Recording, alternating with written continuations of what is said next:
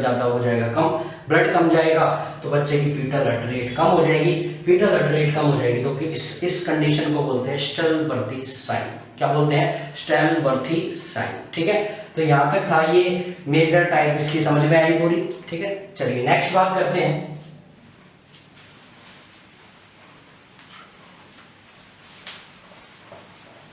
Sign symptom. Next बात करते हैं भाई, साइन सिम्टम क्या क्या देखने को मिलेगा। हमेशा एग्जाम में एक क्वेश्चन यहाँ से क्रिएट हो जाता है साइन सिम्टम से, ध्यान रखना है। एक तो स्टेलबर्थी साइन पूछ लेता है, साथ में पूछ लेता है कि क्या क्या भाई साइन है, कौन सा साइन अलग है इसमें, वो देखेंगे। ठीक है, नेक्स्ट बात करें भाई साइन, कौन कौन से साइन आपको देखने को मिलेंगे।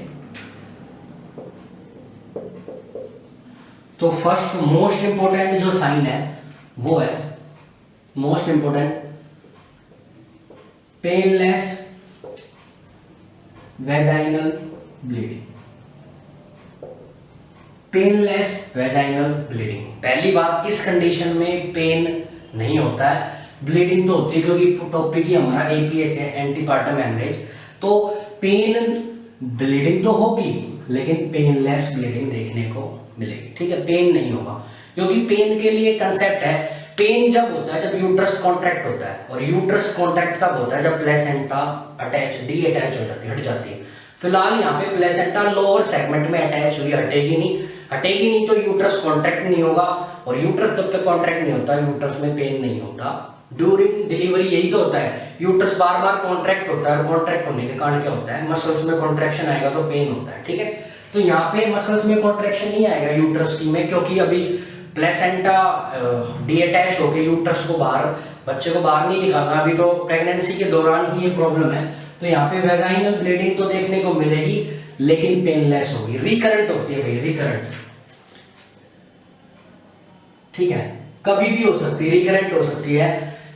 साथ में ड्यूरिंग स्लीप, कोई फिक्स टाइम नहीं है, ड्यूरिंग स्लीप आपको देखने को मिलती है, आप स्लीप कर रहे हो तब भी आपको ब्लीडिंग देखने को मिलेगी। ठीक है, ये है इसके बारे में पेन के। वेजाइनल ब्लीडिंग, एक क्वेश्चन यहां से क्रिएट ही होता है कि वेजाइनल ब्लीडिंग क्यों हो रही है सर। मान लिया आपकी बात कि प्लेसेंटा लोअर सेगमेंट में अटैच हो गया, अपर की जगह लो भाई, लोअर सेगमेंट में अटैच हो गया, यहाँ पे अटैच हो गया, तो ब्लीडिंग होने का क्यों सर, ब्लीडिंग क्यों हो रही है? ठीक है, अटैच हो गया तो जब हटेगा तब होनी चाहिए, अब तो हट भी नहीं रहा, फिर भी आपको ब्लीडिंग देखने को मिलेगी।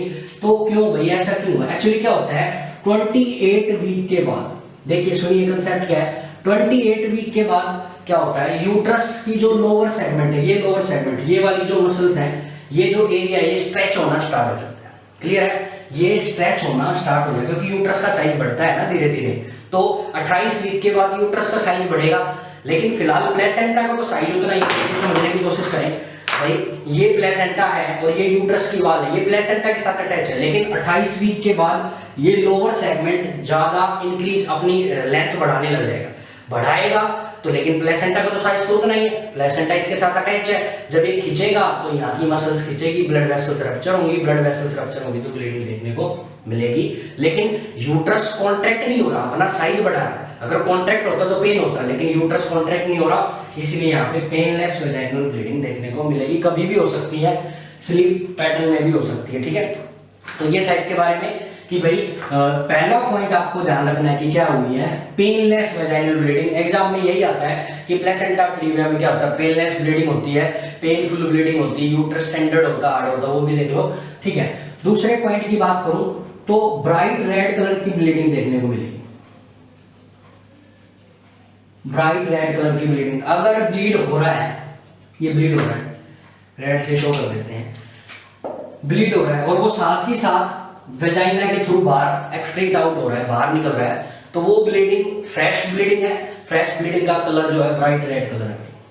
ठीक है, अगर साथ ही साथ वो कहीं भी ब्लीडिंग हो रही है यूट्रस में और वो साथ ही साथ बाहर निकल रही है, अंदर स्टोर नहीं हो रही, इस टाइप की ब्लीडिंग जो रिवील्ड हो रही दिख रही है सबको, इसी टाइप को ये जो ब्लीडिंग है रिवील्ड टाइप ब्लीडिंग बोलते हैं इसको, revealed type bleeding.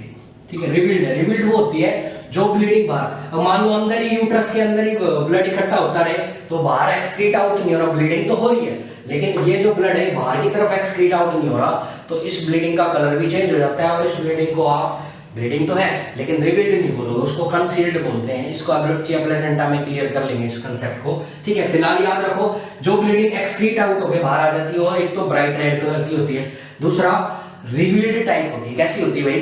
Revealed type होती है। इस कंडीशन में अगर आप बच्चे का फीटल हार्ट रेट देखोगे तो परसेंट होगी, ठीक है, परसेंट होगी। सिर्फ एक कंडीशन में डिक्रीज हो सकती है, सेकंड टाइप में पोस्टीरियर सेकंड जो टाइप है वहां पे डिक्रीज होने के चांस ज्यादा है, स्टिलबर्थी साइन बोलते हैं जिसको। और अगर हम बात करें इसकी, यहाँ पे यूट्रस कैसा देखने को मिलेगा? देखो यूट्रस टेंडर का मतलब क्या है? यूट्रस टेंडर मैं लिख देता हूँ, पहले फिर समझाता हूँ। यूट्रस क्या होगा? टेंडर हो जाएगा। टेंडर मतलब होता है हार्डनेस, ठीक है। यूट्रस कब हार्ड होगा? एक माइंड में बात बिठा लो, यूट्रस तब हार्ड होता है जब यूट्रस कॉन्ट्रैक्ट होता है। फिलहाल मैंने बताया था इस कंडीशन में यूट्रस कॉन्ट्रैक्ट नहीं होगा, क्योंकि यूट्रस कॉन्ट्रैक्ट तब होता है जब डिलीवरी का टाइम होता है। फिलहाल डिलीवरी से पहले ही आपको ब्लीडिंग देखने को मिले, 28 वीक से लेके बर्थ से पहले ब्लीडिंग देखने को मिलती है। तो अभी तो यूट्रस कॉन्ट्रैक्ट नहीं हो रहा फिर भी आपको ब्लीडिंग देखने को मिल रही है। इसका मतलब यूट्रस कॉन्ट्रैक्ट नहीं होगा जब तक हार्ड नहीं होगा। तो यहाँ पे टेंडरनेस जो है वो एब्सेंट होगी, मतलब नॉन टेंडर आपको यूट्रस देखने को मिलेगा। टेंडर मतलब हार्डनेस, टेंडर मतलब हार्डनेस। मसल्स में कॉन्ट्रैक्शन, मसल्स में जब अकड़न आती है, कॉन्ट्रैक्ट आती है, टेंडरनेस आती है, तभी वो पेन करते हैं। तो यूट्रस क्या हो गया? टेंडर नहीं होगा, नॉन टेंडर मिलता है सॉफ्ट। अब यूट्रस हार्ड नहीं होगा तो कैसा मिलेगा आपको? सॉफ्ट। अगर कॉन्ट्रैक्ट हो जाता तो हार्ड मिलता, नहीं तो सॉफ्ट। तो यूट्रस कैसा देखने को मिलेगा आपको? सॉफ्ट यूट्रस देखने को मिलेगा, ठीक है, क्योंकि यूट्रस अभी कॉन्ट्रैक्ट नहीं हुआ।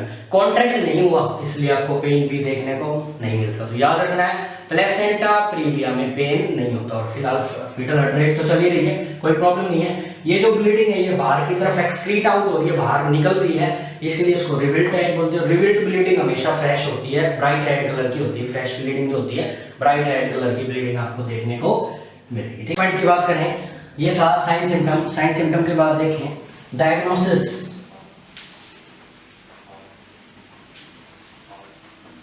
अगर डायग्नोसिस की बात करूं तो बेस्ट डायग्नोसिस क्या है भाई? यहां से क्वेश्चन क्रिएट होता है। बेस्ट डायग्नोसिस, बेस्ट डायग्नोसिस, जो बेस्ट डायग्नोसिस है वो है प्लेसेंटोग्राफी। प्लेसेंटोग्राफी, प्लेसेंटोग्राफी जो है वो बेस्ट है किसके लिए? प्लेसेंटा प्रीविया को चेक करने के लिए, पता करने के लिए। इसमें trans vaginal sonography, trans abdominal sonography, trans perineal sonography, 3D Doppler, CT scan, MRI, इन सभी की हेल्प से आप कर सकते हो।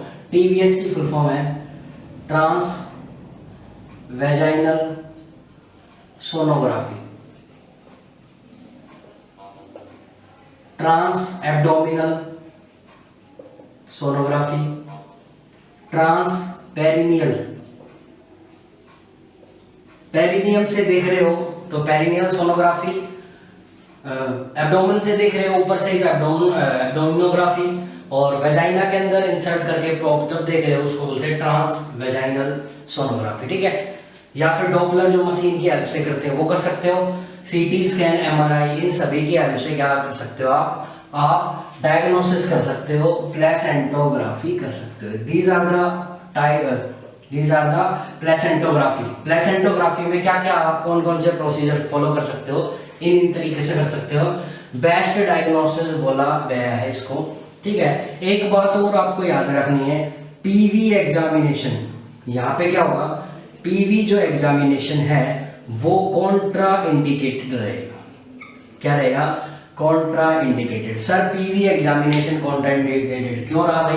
देखिए ये यूट्रस का, अगर मान लो सेंट्रल प्लेसेंटा प्रीविया है और आपने पीवी एग्जामिनेशन करने की कोशिश की वेजाइना में, पीवी मतलब पर वेजाइना, पर वेजाइनल एग्जामिनेशन, इसका मतलब वेजाइना में 2 फिंगर इंसर्ट करके उसको ओपन करते हैं भाई, तो वो करोगे तो हो सकता है यहाँ से ब्लड वेसल्स रप्चर हो जाए, ज्यादा ब्लीडिंग देखने के चांस है। इसलिए पीवी एग्जामिनेशन प्लेसेंटा प्रीविया में कॉन्ट्राइंडिकेटेड है। तो बेस्ट क्या है? बेस्ट आपके सामने रहेगा प्लेसेंटोग्राफी। क्या रहेगा?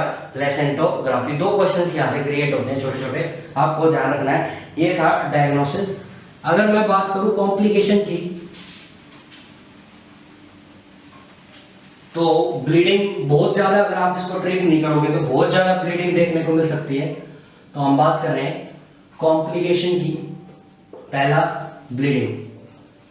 ब्लीडिंग देखने को मिल सकती है अगर पूरी तरीके से प्लेसेंटो इनसफिशिएंसी हो जाए, प्लेसेंटा से पूरा ब्लड बच्चे के पास नहीं जाएगा, तो क्या हो जाएगा, फीटल डेथ।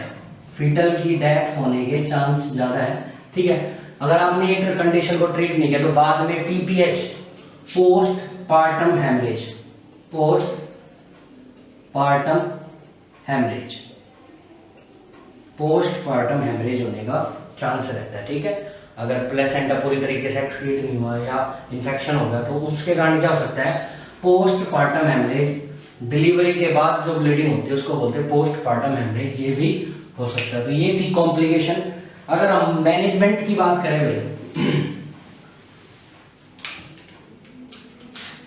मैनेजमेंट की बात करें तो क्या क्या करना होगा आपको, आपको वाइटल साइनसेस करने होंगे। क्या करना होगा, वाइटल साइनसेस करने पड़ेंगे, specially fetal heart rate. Fetal heart rate बहुत इंपॉर्टेंट क्राइटेरिया है, आपको फीटल हार्ट रेट चेक करना होगा। उसके अलावा आईवी फ्लूइड्स, क्योंकि ब्लीडिंग हो रही है तो ज्यादा ब्लड का लॉस हो रहा है, इसलिए पेशेंट को या आईवी फ्लूइड दे सकते हो आप। आईवी फ्लूइड में स्पेशली आरएल यूज करते हैं क्योंकि सारे मिनरल्स वगैरह उसमें इक्वल ज्यादा होते हैं एनएस के मुकाबले। तो आरएल यूज करके आप ब्लीडिंग जो जिसके कारण आईवी फ्लूइड्स, बॉडी में जो फ्लूइड और इलेक्ट्रोलाइट का बैलेंस था वो डिस्टर्ब हो गया था, उसको मेंटेन करने के लिए आप आरएल यूज कर सकते हो। साथ में यूरिनरी कैथेटराइजेशन कर दोगे, यूरिनरी कैथेटराइजेशन कर दो।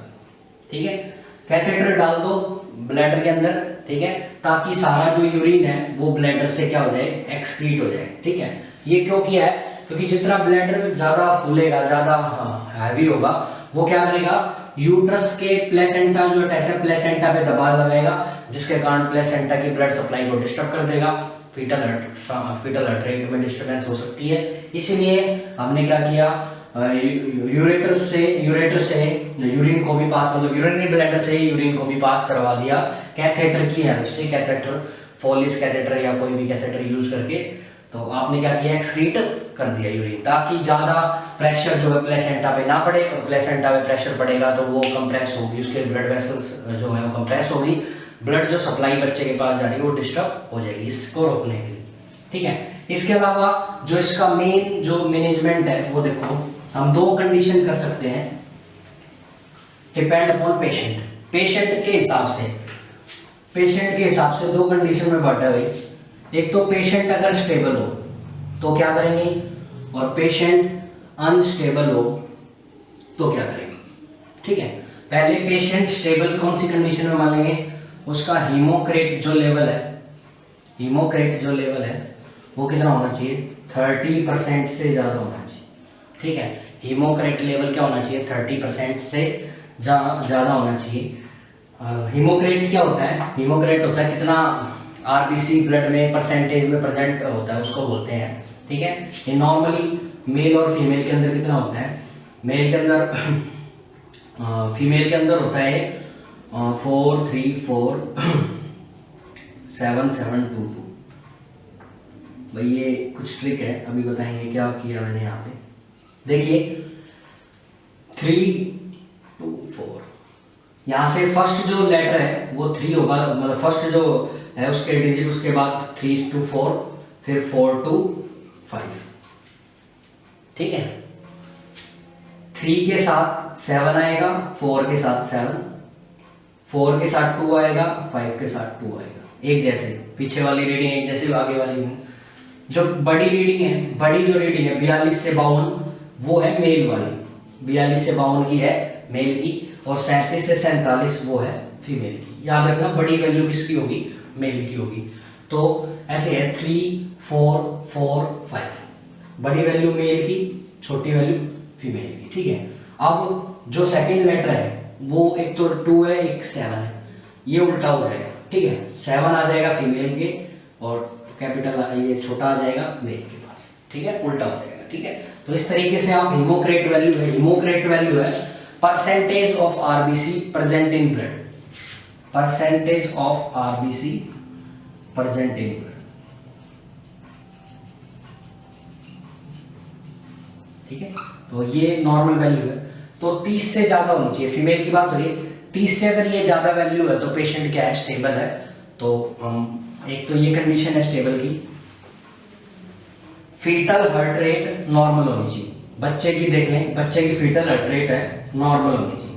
Normal fetal heart rate 120 to 160 beat per minute, ये फीटल हार्ट रेट होनी चाहिए, ठीक है। एचबी जो है हीमोग्लोबिन 10% से ज्यादा होना चाहिए। एचबी कितना होना चाहिए, 10% से ज्यादा होना चाहिए। नॉर्मली कितना होता है, 12 to 16 होता है एवरेज, ठीक है। 12 to 14, 14 to 16, ये फीमेल की रीडिंग है, ये मेल की रीडिंग है। परसेंटेज का मतलब होता है, ये परसेंटेज का मतलब क्या है, परसेंटेज का मतलब है ग्राम पर 100 ml, ठीक है। ग्राम पर 100 ml, 10 ग्राम 100 ml ब्लड में होना चाहिए। तो जब किसी के नीचे 100 आता है, जैसे 1 के नीचे 100 आएगा, तो इसको हम 1% भी बोल सकते हैं, इसलिए आप इसको ग्राम परसेंट भी बोल सकते हो, 10% या 10 ग्राम परसेंट, या आप इसको बोल सकते हो 10 ग्राम पर 100 ml, तीनों का मतलब एक ही, ठीक है। तो आप इसको ऐसे भी लिख सकते हो। तो ग्राम परसेंट का मतलब यहाँ पे ये होता है, ध्यान रखना। तो अगर पेशेंट स्टेबल हमने लेना है तो स्टेबल की कंडीशन क्या क्या है, तो हीमोक्रेट जो वैल्यू है, हीमोक्रेट जो लेवल है वो 30 से ज्यादा होना चाहिए। क्या होना चाहिए, 30 से ज्यादा होना चाहिए। मैंने नॉर्मल रीडिंग आपको बता दी। उसके बाद सेकंड जो पॉइंट है, फीटल हार्ट रेट, वो क्या होनी चाहिए, नॉर्मल होनी चाहिए। नॉर्मल मतलब 120 to 160 बीट पर मिनट होनी चाहिए बच्चे की। उसके बाद ये मदर की है, ये मदर की रीडिंग है दोनों, ये बेबी की है। तीसरा एचबी, हीमोग्लोबिन कितना होना चाहिए, 10% से ज्यादा होना चाहिए, 10% से ज्यादा होनी चाहिए, या 10 ग्राम परसेंट बोल दो या 10 ग्राम पर 100 ml बोल दो, एक ही बात है, ठीक है। नॉर्मल कितना होता है, नॉर्मल होता है 12 to 16 ग्राम परसेंटेज, ठीक है, 12 to 16 ग्राम परसेंटेज। 12 से 14, दो का कॉमन है, 12 से 14 फीमेल का, 14 से 16 मेल का। मेल की रीडिंग ज्यादा होती है, फीमेल की थोड़ी कम होती है, ऐसे आप याद रखोगे, दो के गैप पे, ठीक है। और ये मैंने कंसेप्ट आपको बता ही दिया। ये है फीटल हार्ट रेट। ये सारी कंडीशन अगर फीमेल फॉलो करेगी तो क्या कर सकते हैं, प्रेगनेंसी को 37 वीक तक रीच कर सकते हैं, उसके बाद डिलीवरी करें, ठीक है। क्यों भाई, प्लेसेंटा प्रीविया है 28 वीक के बाद की प्रॉब्लम, कब तक की, बर्थ से पहले, ठीक है।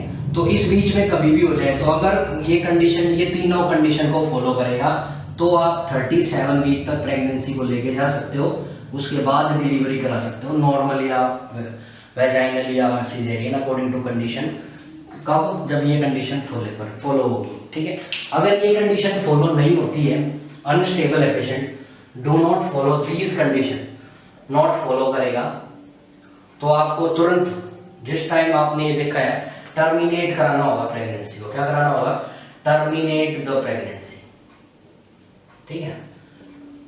या तो बच्चा जैसे कि जिंदा होगा, स्टिल होगा, या फिर स्टिल होगा, बर्थ लाइव होगा या स्टिल होगा, अकॉर्डिंग टू कंडीशन, ठीक है। आपको क्या कराना पड़ेगा, टर्मिनेट करानी पड़ेगी प्रेगनेंसी, ठीक है।